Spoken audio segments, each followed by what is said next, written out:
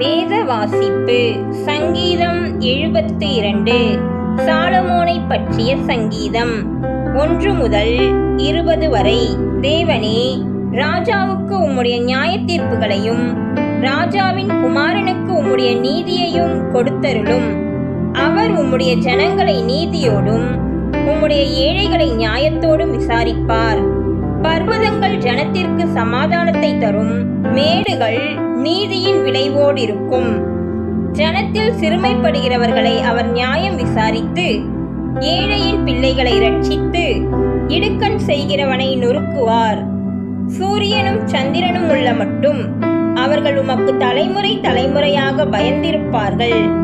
புல்லறுப்புண்ட வெளியின் மேல் பெய்யும் மழையைப் போலவும் பூமியை நனைக்கும் தூறலைப் போலவும் இறங்குவார்.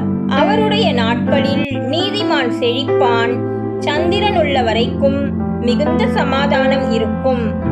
ஒரு சமுத்திரம் தொடங்கி மறு சமுத்திரம் வரைக்கும், நதி தொடங்கி பூமியின் எல்லைகள் வரைக்கும் அவர் அரசாளுவார். வனாந்தரத்தார் அவருக்கு முன்பாக குனிந்து வணங்குவார்கள். அவருடைய சத்துருக்கள் மண்ணை நக்குவார்கள். தர்ஷீஷின் ராஜாக்களும் தீவுகளின் ராஜாக்களும் காணிக்கைகளை கொண்டு வருவார்கள். சேபாவிலும் உள்ள ராஜாக்கள் வெகுமானங்களை கொண்டு வருவார்கள். சகல ராஜாக்களும் அவரை பணிந்து கொள்வார்கள். சகல ஜாதிகளும் அவரை சேவிப்பார்கள். கூப்பிடுகிற எளியவனையும் உதவியற்ற சிறுமையானவனையும் அவர் விடுவிப்பார். பலவீனனுக்கும் எளியவனுக்கும் அவர் இறங்கி எளியவர்களின் ஆத்துமாக்களை ரட்சிப்பார். அவர்கள் ஆத்துமாக்களை வஞ்சகத்திற்கும் கொடுமைக்கும் தப்புவிப்பார். அவர்களுடைய இரத்தம் அவருடைய பார்வைக்கு அருமையாயிருக்கும். அவர் பிழைத்திருப்பார். சேபாவின் பொன் அவருக்கு கொடுக்கப்படும். அவர் நிமித்தம் இடைவிடாமல் ஜெபம் பண்ணப்படும். எந்நாளும் ஸ்தோத்தரிக்கப்படுவார். பூமியிலே மலைகளின் உச்சிகளில் ஒரு பிடி தானியம் விதைக்கப்பட்டிருக்கும்.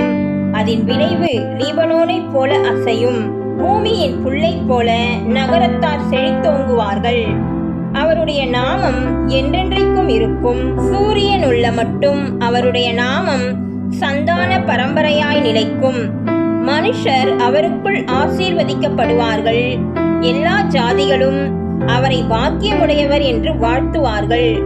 இஸ்ரவேலின் தேவனாயிருக்கிற கர்த்தராகிய தேவனுக்கு ஸ்தோத்திரம் உண்டாவதாக. அவரே அதிசயங்களை செய்கிறவர். அவருடைய மகிமை பொருந்திய நாமத்துக்கு என்றென்றைக்கும் ஸ்தோத்திரம் உண்டாவதாக.